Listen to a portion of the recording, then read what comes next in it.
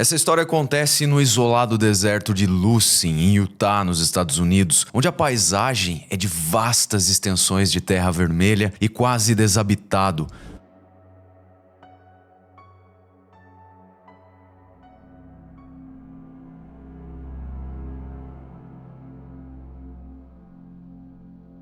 Foi lá que um jovem de 19 anos chamado Dylan Rounds decidiu investir o futuro dele. Com 640 acres adquiridos em parceria com o avô, o Dylan, num investimento estimado aí entre 200 e 300 mil dólares, ele tinha o objetivo de transformar aquele solo árido em uma fazenda produtiva de grãos. O Dylan era um jovem bem reservado, mas determinado, porém, ele tinha um hábito talvez questionável, o costume de falar mais do que devia sobre seus planos e a sua vida financeira. E ele fazia isso em bares locais, como por exemplo o Montelo Cowboy Bar, que fica numa cidadezinha próxima do local e é conhecida por sua reputação problemática. Talvez esse ponto, inclusive, tenha feito dessa investigação um emaranhado de linhas que, na verdade, poderia ter seguido apenas uma, quase elementar, mas talvez por isso mesmo não tão óbvia assim à primeira vista. Eu sou Marcos Campos, sejam todos muito bem-vindos e hoje nós vamos voltar até maio de 2022 durante uma manhã chuvosa, quando Dylan Rounds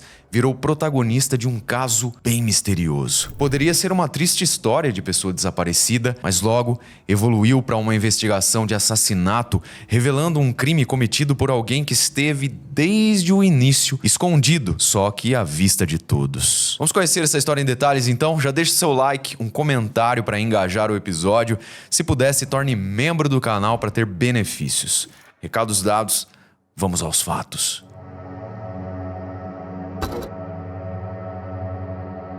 Nos dias finais de maio de 2022, o Dylan Rounds falou pela última vez com a avó dele por telefone. Ele informou a mulher que levaria o seu caminhão de grãos até um galpão na fazenda para proteger esses grãos aí da chuva. Uma ocorrência que eu diria que é até rara no deserto de Lucin. Mas, como aquele caminhão estava carregado, era uma carga preciosa e ele precisava então urgente esconder, abrigar o caminhão. Ele disse à avó que iria guardar o caminhão lá na fazenda e depois telefonava avisando como tudo ocorreu. Isso segundo os relatos da família. Só que essa ligação prometida nunca aconteceu. Após 2 dias sem contato, a família do Dylan, muito preocupada, foi até a fazenda. Eles decidiram ir até lá porque eles sabiam que essa fazenda está localizada numa área remota, onde o sinal de celular é praticamente inexistente. Então poderia ter acontecido alguma coisa, havia uma chance de o Dylan ainda estar por lá, só que sem comunicação. Ao chegarem ao local, eles encontraram a caminhonete do Dylan, uma Ford vermelha. A caminhonete aparentemente estava abandonada.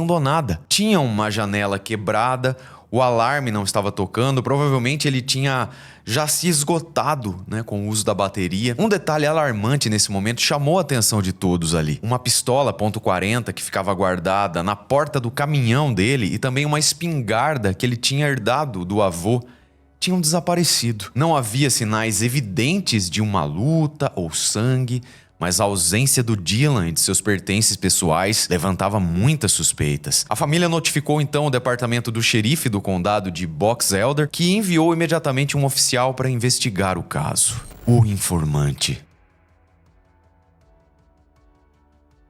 No trajeto para a fazenda, algo meio estranho aconteceu, pois o delegado, que estava incumbido de dar uma olhada assim inicial nesse caso, ainda na estrada foi abordado por um homem chamado James Brenner, que é mais conhecido como Jim Brenner. E é por isso que eu vou me referir a ele agora durante toda a história como Jim. Bom, o Jim era um fazendeiro local que vivia em um trailer próximo à propriedade do Dylan, a pessoa desaparecida. O Jim era um homem de aparência rústica, fala acelerada e disse que o Dylan frequentava o Montelo Cowboy Bar, um ponto de encontro lá em Montelo, uma cidade a poucos quilômetros dali de onde eles estavam, que é conhecida, como eu disse lá na introdução, por incidentes, digamos, criminais. Nesse primeiro contato, o Jim Brenner também mencionou o nome de um homem, Chase Venstra, um residente com histórico de roubos e comportamento violento, sugerindo que ele poderia estar envolvido no desaparecimento do Dylan. Eu vou fazer aqui um breve resumo criminal sobre esse Chase Venstra, tá, para vocês. Chase era um indivíduo com histórico significativo, chegando a ser procurado por 5 mandados de prisão, 3 em Nevada, 1 em Montana e 1 federal, principalmente por infrações relacionadas a armas de fogo. Mas não foi o que o Dean falou sobre o Chase Venstra que chamou a atenção do delegado naquele momento, mas sim um comentário do homem que o intrigou. Vejam, é melhor chegar lá antes que perturbem a cena do crime. A menção de uma cena do crime era muito estranha a essa altura dos fatos, já que até aquele momento o caso era tratado apenas como um desaparecimento, ou seja, de onde aquele homem tinha tirado uma cena de crime? O delegado registrou essa informação e prosseguiu para a fazenda, onde ele se encontrou com a família do Dylan, que já estava lá aguardando o delegado. Não tem armas lá dentro. Não tem armas lá Como eu dentro. disse, ele carrega pra... Ele tem uma .40 que ele coloca na porta, bem ao lado.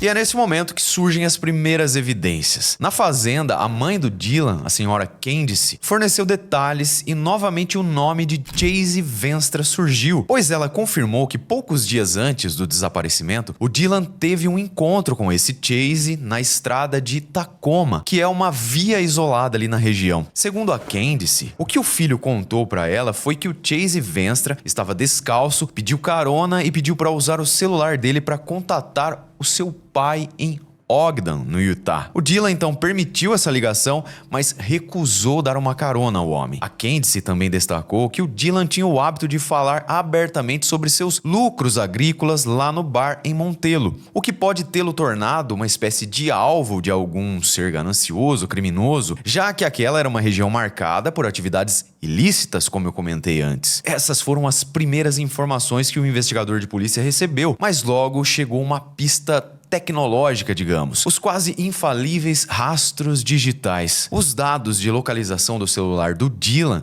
indicaram um sinal às 2h58 da tarde do dia do seu desaparecimento. E isso a pouco menos de 25 quilômetros da torre de telefonia mais próxima. Isso então o colocava numa estrada secundária próxima ao galpão da fazenda dele, local onde ele tinha dito à avó por telefone que pretendia guardar o caminhão e depois entrar em contato. Então, seguindo essa informação, policiais familiares foram até esse galpão, que é uma estrutura metálica prateada, cercado por terra batida e vegetação esparsa. E durante essas buscas, eles encontraram uma bota, idêntica a uma bota usada pelo Dylan, a aproximadamente 100 metros desse galpão. E ela estava próxima a uma pilha de terra perto de um lixão. A bota apresentava algumas manchas de sangue, o que intensificou as preocupações. O delegado então isolou a área, coletou essa bota para enviar a análises de DNA e solicitou apoio para uma busca mais intensa, mais ampla na propriedade. E assim, mais um caso de desaparecimento estava se transformando em uma investigação de homicídio. E como toda a investigação, alguns suspeitos iniciais surgiram.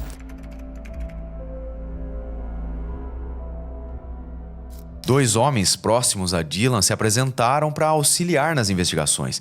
Eram eles Jim Brenner, o vizinho que já havia conversado com o delegado lá na estrada, e também um outro homem chamado Donald Hatley, amigo de longa data da família Rounds e mentor, uma espécie de mentor do Dylan nesses projetos agrícolas de fazendeiro. Esses dois homens pareciam comprometidos em ajudar a investigação, pois eles já tinham participado ativamente até das buscas e fornecido informações, como a gente viu. O Jim Brenner, nessa altura aí dos fatos, reiterou suas acusações contra o Chase Venstra, o mesmo pilantra que ele e a mãe do Dylan levantaram suspeitas, e eu já contei antes, não é? O Jim Brenner descreveu o Chase como um criminoso local que rouba e faz o que quer, sem ser contido pelas autoridades. E ele também, a essa altura, criticou a cidade de Montelo, dizendo que a cidade é um lugar louco. O Donald Hatley, por sua vez, era um cara mais reservado. Ele só corroborava as afirmações do Jim Brenner e contribuía pouco com novas informações. Bom, com poucas pistas, digamos, nada contundente,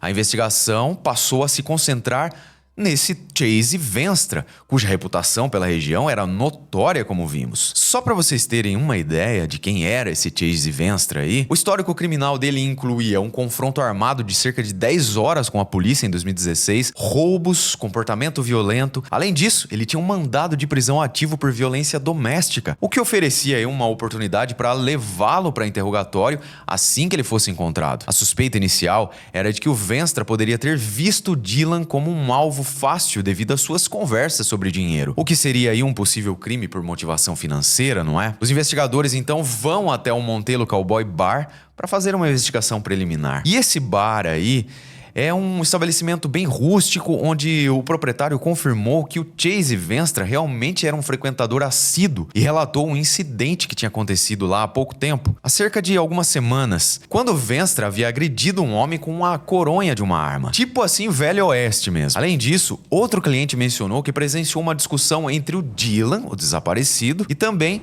o Venstra. E essa discussão aí teria sido motivada por um desentendimento sobre um conhecido em comum deles, um tal Kurt. O Dylan então teria defendido esse Kurt, o que irritou o Venstra, sugerindo que o encontro pode ter escalado para algo mais grave. E por essa razão surgiu a possibilidade de o crime atual contra o Dylan ter uma motivação aí de vingança, talvez. Bom, enquanto isso, em paralelo, a família do Dylan conduzia também uma investigação particular. Eles acabam descobrindo então que no dia do desaparecimento, o Chase Venstra foi levado à fazenda do Dylan por um homem chamado Robert Ailes, que é um outro morador local. Os familiares informaram esse fato aí aos policiais, que foram à residência do tal Robert Ailes. Lá o encontraram dormindo. Ele não resistiu, foi conduzido até a delegacia e prestou seu depoimento. Nesse interrogatório, ele admitiu ter dado uma carona mesmo ao Venstra, mas negou saber o paradeiro atual desse homem. Sem evidências concretas, então, contra ele, o Robert foi liberado. E assim, a investigação precisava seguir outras pistas. A descoberta.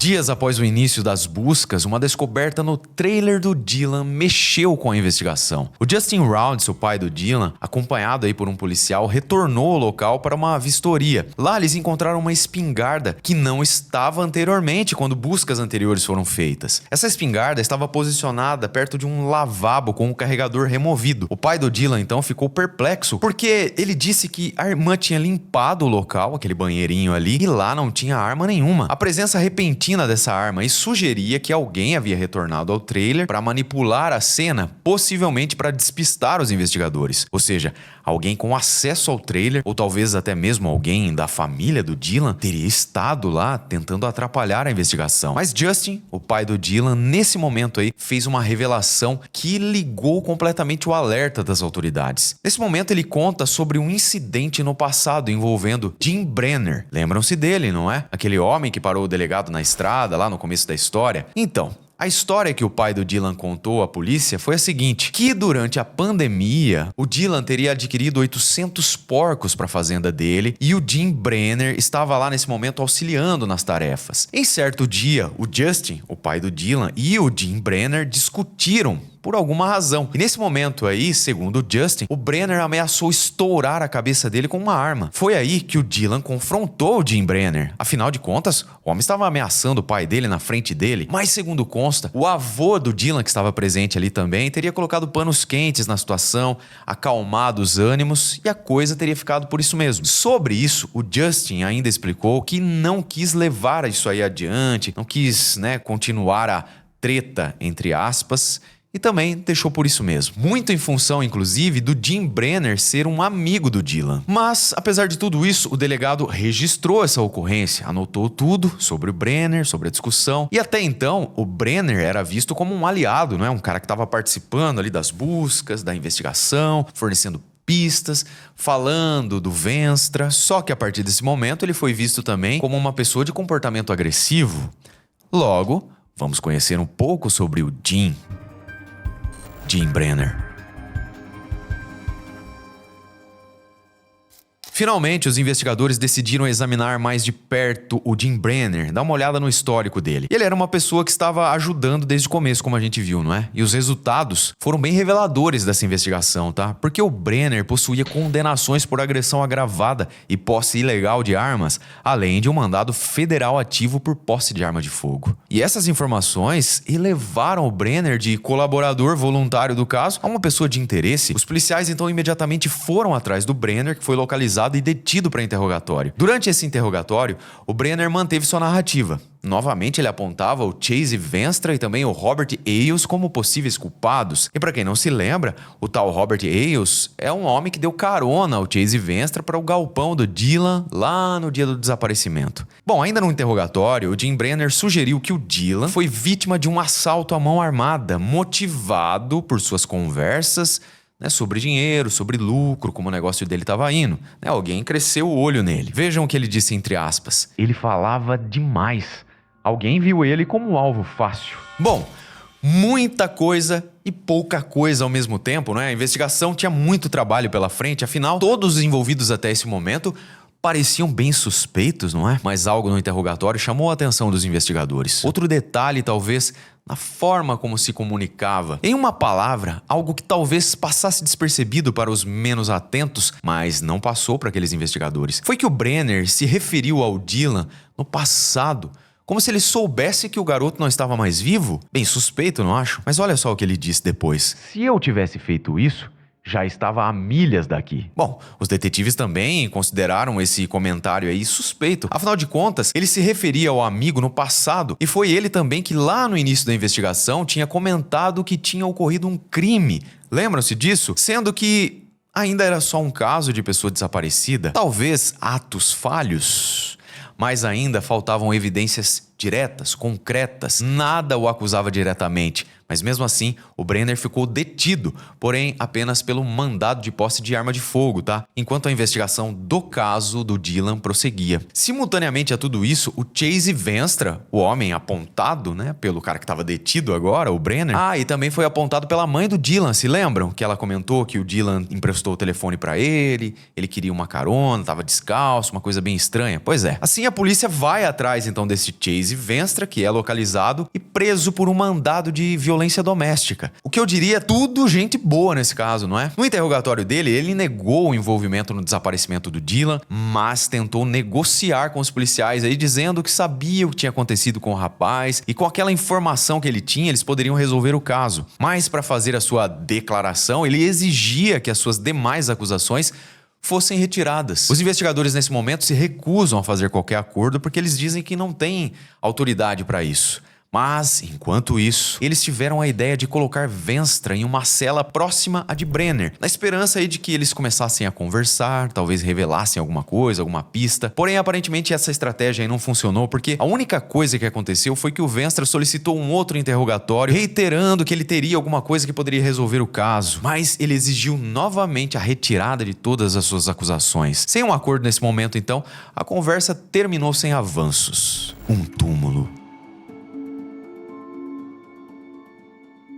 A investigação foi avançando e no dia 28 de junho de 2022, um mês após o desaparecimento, a polícia recebeu uma ligação de um morador local dizendo que tinha encontrado um túmulo, uma espécie de túmulo no meio do deserto, e ali saía, desse túmulo saía um cheiro muito forte. Os policiais, claro, foram lá para verificar o que estava acontecendo, começaram a escavar o tal túmulo improvisado, só que eles não encontraram nenhum resto humano. Eram apenas cães mortos que estavam enterrados ali há algum tempo. Mais uma vez, pareceu uma distração, até que uma revelação apareceu. Semanas após o achado no deserto, finalmente uma nova pista, digamos, mais passível de ser seguida surgiu. Donald Hatley, aquele mesmo que acompanhou Jim Brenner no início das investigações, lembram-se dele? Pois é, ele dava informações, corroborava os fatos apontados pelo Jim. Então, ele contatou os investigadores afirmando ter informações relevantes que ainda não tinha contado à polícia. E assim, em um depoimento, esse Donald Hatley revelou que após o desaparecimento do Dylan, o Jim Brenner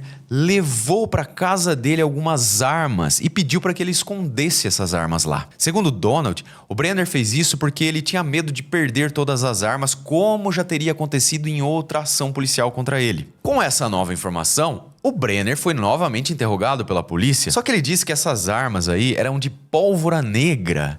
E aqui, inclusive, eu quero que a edição coloque aqui um pop-up na tela para dizer o que é a pólvora negra, tá? Bom, ele disse isso aí e alegou que as armas não poderiam ser classificadas como armas de fogo. Só que apesar dessa declaração aí, esse negócio de que não é arma de fogo, as armas foram apreendidas e o Brenner enfrentaria por isso uma nova acusação de posse ilegal. Mas o importante é que a revelação do Donald Hatley colocou o Jim Brenner no centro das suspeitas, ao lado do Chase Venstra, que estava no radar desde o início das investigações. Digamos, pessoal, que ambos têm currículo para figurarem como suspeitos do caso, não acham? No entanto, a investigação ainda carecia de evidências concretas que ligassem diretamente um deles ao desaparecimento do Dylan. Só que os resultados do DNA, da bota ensanguentada que foi encontrada, ainda não tinham retornado. E a ausência do corpo do Dylan mantinha o caso todo envolto em um grande mistério. E por incrível que pareça, mais de um ano se passou e a investigação continuava. Até que em meados de 2023, os resultados do DNA lá da bota finalmente chegaram. O sangue pertencia ao Dylan Rounds. E além disso, o DNA de toque encontrado nas botas correspondia ao de Jim Brenner. E o DNA de toque, para quem não sabe, é conhecido como DNA de traço. É um material genético que uma pessoa acaba deixando no objeto, na superfície ao tocá-lo. Essa forma de DNA aí é proveniente principalmente das células da pele que se desprendem naturalmente quando a pessoa encosta em alguma coisa. Essa evidência colocou o Brenner diretamente na cena do crime, mas a ausência do corpo do Dylan ainda dificultava a construção de um caso sólido contra ele. Assim, em dezembro de 2023, um fato novo mudou o rumo da investigação, e dessa vez para algo mais concreto. Um colega de cela do Jim Brenner, que estava há meses detido com ele, contatou os investigadores alegando que o Brenner tinha confessado o assassinato do Dylan para ele. Segundo esse detento aí, o crime teria ocorrido na manhã de 28 de maio de 2022 por volta das 6 horas, quando o Jim Brenner, teria ouvido o caminhão do Dylan passando pelo galpão, lá da fazenda. O Jim então teria ficado irritado porque o Dylan estava utilizando um espaço que ele considerava dele. O Brenner então foi lá e começou a discutir com o garoto, perguntando por que ele estava colocando o caminhão ali. Assim, o Dylan teria pegado uma pistola que estava ali num balcão, que teria sido deixada inclusive pelo próprio Jim Brenner. A situação, claro, ficou muito quente, escalou para uma briga física, e durante essa briga aí o Dylan teria mordido a mão do Brenner. O Brenner ficou enfurecido com isso, então ele pegou a arma e ameaçou atirar em um cavalo do Dylan. E quando o jovem retornou ali, para essa discussão, aconteceram 3 disparos. Isso em direção à cabeça do Dylan. Um tiro teria raspado o rosto e 2 acertaram fatalmente o garoto. Para ocultar então esse crime, o Brenner usou uma retroescavadeira para enterrar o corpo do Dylan em uma área remota ali do deserto de Lucin. Ele então queimou as roupas que ele usou ali, jogou o celular do Dylan em um lago próximo e entregou as armas ao Donald Hatley para escondê-las. Lembra que tem essa parte aí da história? Com essas informações, parecia que as peças desse quebra-cabeça estavam finalmente se encaixando, não é? Assim, os investigadores foram procurar o tal lago para tentar achar o telefone da vítima, Porque seria, evidentemente, uma peça-chave em toda essa investigação criminal. E eles recuperaram o celular. E quando fizeram a análise, eles descobriram um vídeo assim bem comprometedor. O vídeo que estava no celular do Dylan mostrava o Jim Brenner limpando uma arma e havia manchas de sangue na roupa dele. Só que não encontrei detalhes de como esse vídeo teria sido feito. Presumo que ele deixou o celular, o Jim Brenner, depois do crime, deixou o celular ali parado para depois descartar. E por alguma razão, o aparelho começou a filmar a cena. Seria um negócio assim extremamente extraordinário. Seja como for, a polícia tinha acesso a uma prova muito relevante para o caso, não é? O vídeo mostrando o possível assassino limpando uma arma e cheio de mancha de sangue. Talvez, apesar dessas evidências esmagadoras, o Jim Brenner conseguiu negociar com os promotores. Isso para ele fornecer a confissão dele. Assim, ele oferecia a localização do corpo do Dylan em troca de uma redução das acusações. E foi no começo de 2024 que ele finalmente guiou as autoridades até um ponto ali no deserto de Lucin, onde ele havia enterrado Dylan de forma tão meticulosa que buscas anteriores já tinham passado pelo local e não notaram nada. Lá, os investigadores encontraram os restos mortais do Dylan. Havia ali ossos e fragmentos de roupas e era tudo o que tinha sobrado daquele jovem agricultor. Em 15 de maio de 2024, o James, ou Jim Brenner, se declarou culpado por homicídio em segundo grau e 2 acusações de posse ilegal de armas. Em 1º de julho, ele foi sentenciado de 1 a 15 anos por homicídio em segundo grau e de 2 a 15 anos por posse ilegal de armas, totalizando aí uma pena que vai de até 30 anos. Bom, pessoal, sobre a pena, pra gente que tá acostumado aqui com os casos americanos, soa um pouco esquisito, não é? Uma pena assim de até 30 anos. Presumo que por diversas circunstâncias ele pode ou não ficar todo esse tempo aí atrás das grades. O que dá uma conotação aí de que a investigação, a acusação entendeu que o crime foi resultado talvez de uma briga entre os dois mesmo e o disparo ali talvez acidental da arma. Só que foi em direção à cabeça, né? O que causa uma certa estranheza, mas é o que aconteceu. As acusações de profanação de restos mortais e um caso separado de agressão agravada foram retiradas como parte do acordo que o Jim fez. E assim, o James Brenner, ou Jim como era conhecido, que estava com 61 anos de idade e que se apresentava o tempo todo como uma pessoa prestativa, ativa ali nas buscas de investigação, se revelou na verdade o autor de um crime contra o Dylan Rounds de 19 anos, manipulando todo mundo, manipulando a confiança da família Rounds e das autoridades para permanecer despercebido. O legítimo caso do lobo em pele de cordeiro, não é? Mas quando a investigação é bem feita, nada escapa, não é? E como é costumeiro, pessoal, em casos assim, onde famílias perdem filhos, entes queridos muito jovens, eles acabaram fundando uma organização sem fins lucrativos chamada Dylan's Legacy. E eles têm o intuito de ajudar outras famílias que têm seus entes queridos desaparecidos. Que coisa, não é? Uma discussão terminou num crime bem chocante, né? 2 tiros na cabeça do garoto de 19 anos. Um negócio meio de terra sem lei mesmo, assim, né? Claro, puxando aí pro histórico, negócio de Velho Oeste e tal. Bem assustador. E o cara, assim, passar o tempo todo, tentar mostrar pistas, né? Colocar outra pessoa no rumo da investigação. Não que aquele cara que ele tava apontando é flor que se cheire, mas ele não era o autor do crime, não é? Então ele se aproveitou, todo mundo conhecia todo mundo ali, pra desviar o foco da investigação. Só que, reforço, quando a investigação é bem feita, não tem escapatória. O espaço dos comentários está aí disponível pra gente bater um papo sobre essa história. Fechou? Eu agradeço imensamente a sua companhia, um beijo do Ruivo e até o próximo episódio.